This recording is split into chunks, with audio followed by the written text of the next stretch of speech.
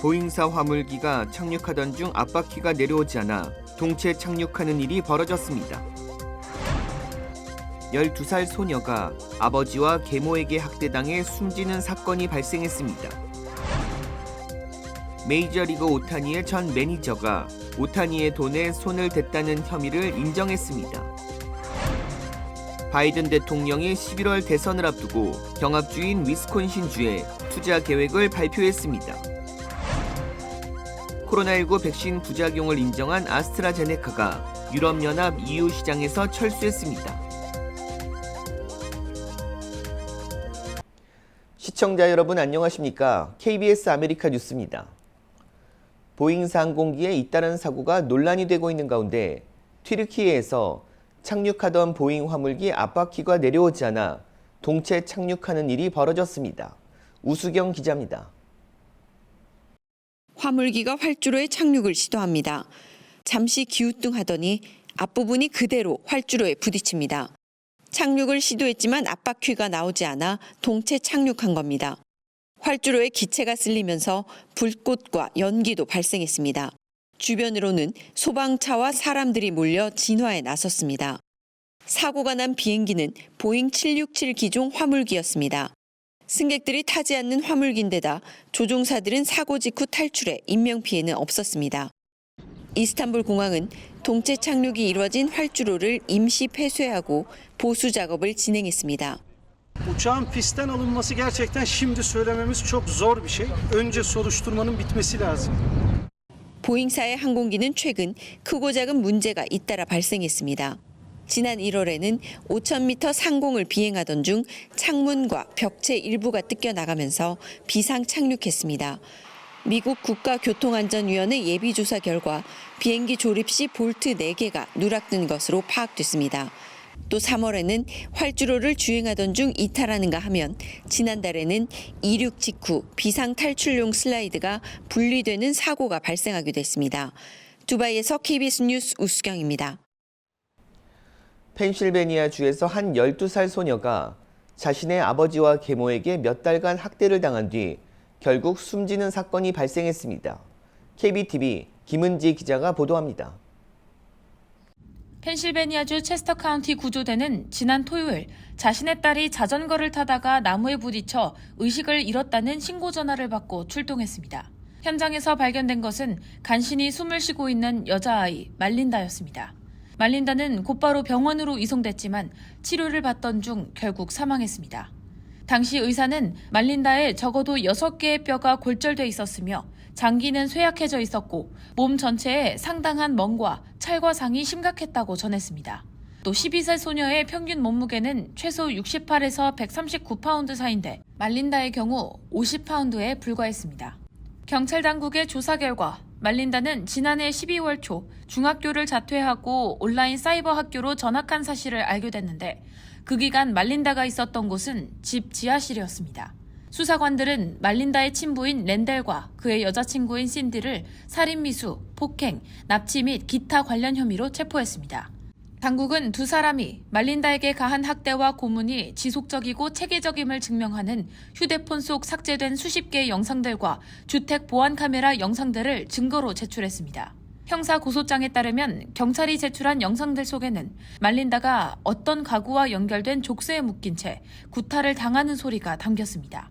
랜델이나 신디가 말린다를 향해 소리를 지르고 위협하는 모습도 담겼고 또 스쿼트, 제자리 뛰기 등 격렬한 운동이나 음식을 제공하지 않는 방법으로 처벌하겠다는 내용도 찍혔습니다. 카운티 지방검사 크리스토퍼는 두 사람이 그 소녀를 어느 아이도 견뎌서는 안 되는 악과 고통을 몇 달 동안 가했다고 말했습니다. 랜델과 신디 커플은 지난 월요일 밤 체포됐고 그들은 100만 달러의 현금 보석금을 납부하지 않았습니다. 한편 같은 집에 있었던 신디의 9살짜리 아들은 치료를 잘 받고 무사한 것으로 전해졌습니다. KBTV 뉴스 김은지입니다. 불법 도박 채무를 갚으려고 LA 다저스 오타니 쇼헤이의 돈에 손을 댔다가 기소된 미짜라 이베이가 혐의를 인정했습니다. 미 법무부는 오타니의 전직 통역사 미짜라가 도박 빚을 면제하기 위해 오타니의 은행 계좌에서 거의 1,700만 달러를 불법으로 이체했다는 혐의에 대해 법원에서 유죄를 인정하기로 검찰과 합의했다고 오늘 밝혔습니다. 미쯔하라는 은행 사기 1건, 허위 소득 신고 1건에 대한 유죄를 인정하기로 했는데 은행 사기의 최대 형량은 징역 30년, 허위 소득 신고는 최대 징역 3년입니다. 미쯔하라는 오는 14일 법원에서 이 2건의 혐의에 대해 유죄를 인정할 것으로 예상된다고 법무부는 밝혔습니다. 메트로역에서 각종 사건, 사고가 급증하고 있는 가운데 헐리우드 지역 메트로역에서 흉기로 무장한 무단 침입자가 경비원에 사살되는 일이 벌어졌습니다.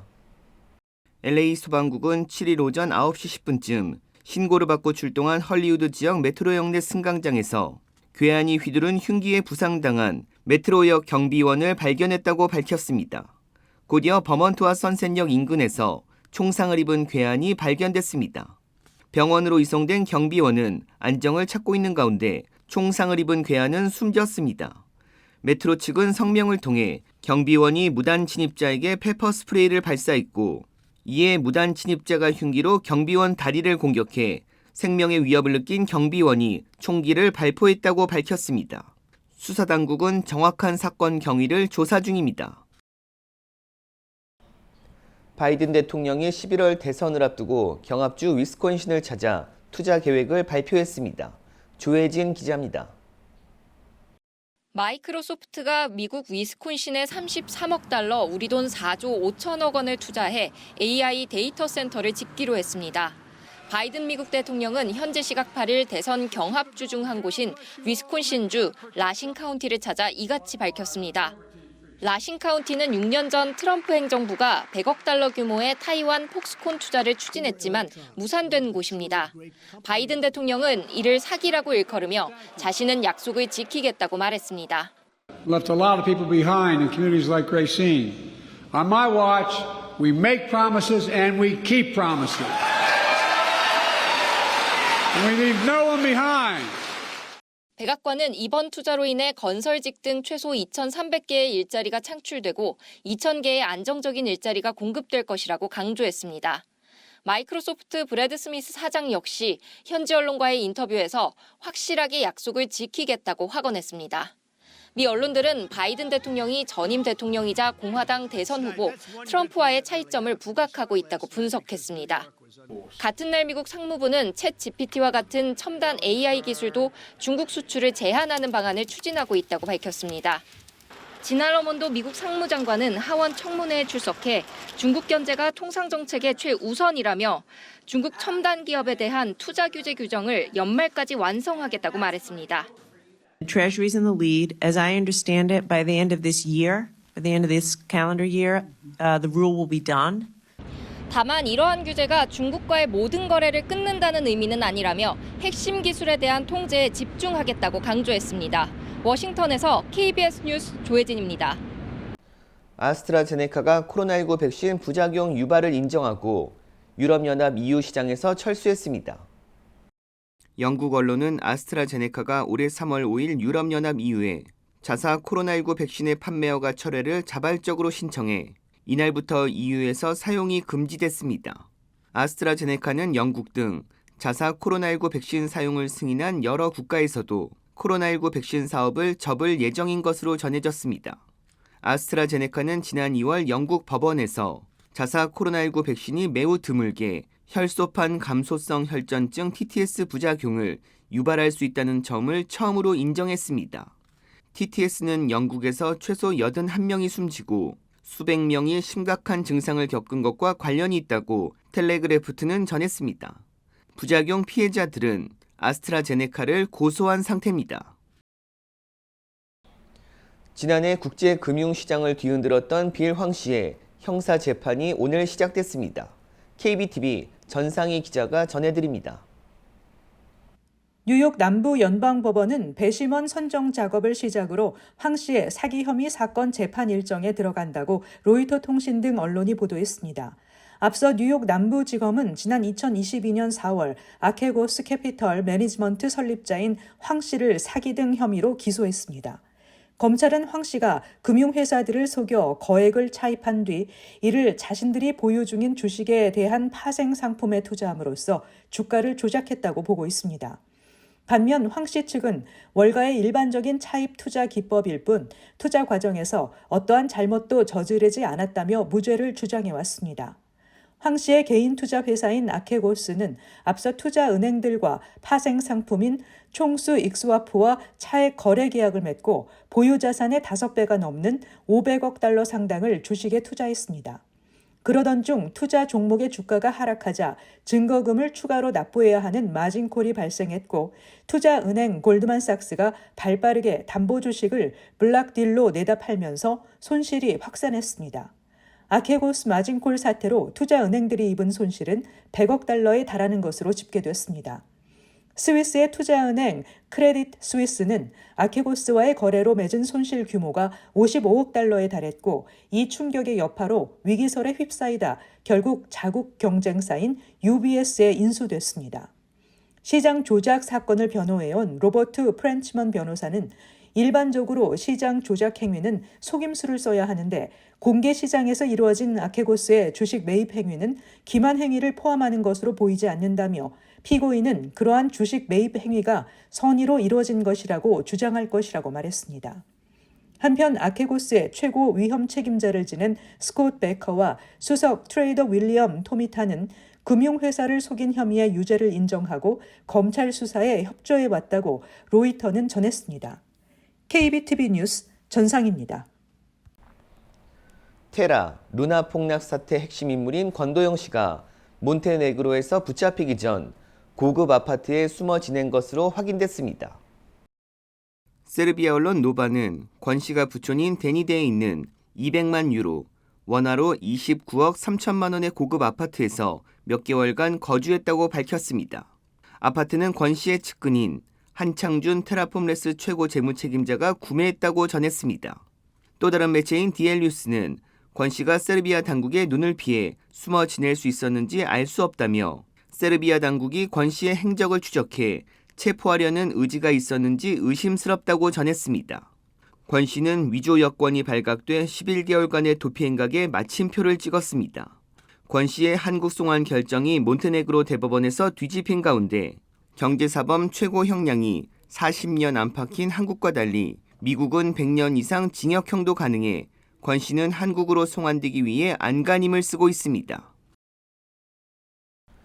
미네소타주에서 테일러 스위프트의 콘서트 티켓 재판매 규제 법안이 제정됐습니다. 팀 월츠 미네소타 주지사는 스위프트의 인기 앨범이자 스위프트의 출생 연도 숫자 1989를 붙인 법안 하우스 파일 1989에 서명했다고 AP통신이 오늘 보도했습니다. 월츠 주지사는 이 법이 나쁜 티켓, 사기 티켓을 사지 않도록 소비자를 보호하고 재판매자가 티켓을 모두 사들이지 못하게 막을 것이라고 설명했습니다. 이 법은 티켓 판매자가 기본 가격에 추가되는 모든 수수료를 처음부터 투명하게 공개하고 재판매자가 한 장을 초과해 판매하지 못하게 하는 등의 조치로 소비자를 보호하는 내용을 담고 있습니다. 언론에선 테일러 스위프트 법으로 지칭한 미네소타의 하우스 파일 1989는 내년 1월 1일부터 시행됩니다.